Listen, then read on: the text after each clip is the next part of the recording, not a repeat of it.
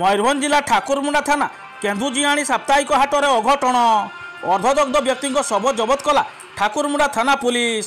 हत्या पर निआरे जाली देथिबा संदेह मिलिथिबा सूचना अनुसार 16 तारिख सोमवार मयूरभंज जिला ठाकुरमुंडा थाना अंतर्गत केन्दुजियाणी साप्ताहिक हाट बसीथिला। संध्या बेलू हाट सारी दोकानी एवं ग्राहक निज निज घर को चली जाइथिले। तेबे राति प्राय 9:30 समय ठाकुरमुंडा थाना रे आसी खबर पहुँचला जे केन्दुजियाणी साप्ताहिक हाट होउतबा स्थान रे पड़ी रही गोटे अधा पड़ा शव।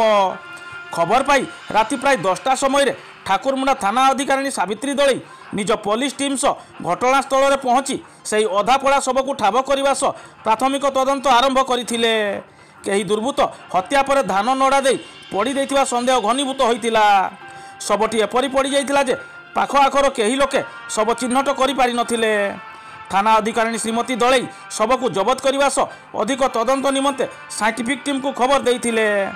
तेबे यही खबर सबुआड़े प्रचार हो गला पर मंगलवार दिन सकाळे शव चिन्हट होइतिला। मृतक जनक केन्दुजियाणी ग्राम पंचायत जड़बिल ग्रामर 56 वर्षीय भद्रू महांत बोली मृतकों बड़ भाई शिव महांत चिन्हट करथिले।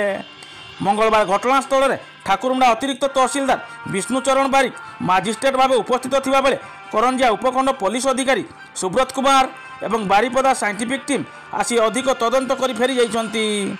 ठाकुरमुंडा थाना पुलिस मृत भद्रू महांत दुई झील को खबर देवा सह 123/2024 एक मामला रुजु करी अधिक तदंत आरंभ करने सह शव व्यवच्छेद निमंते करंजिया उपखंड चिकित्सालय को पठाई थाना अधिकारिणी श्रीमती दलई सूचना देइछंती।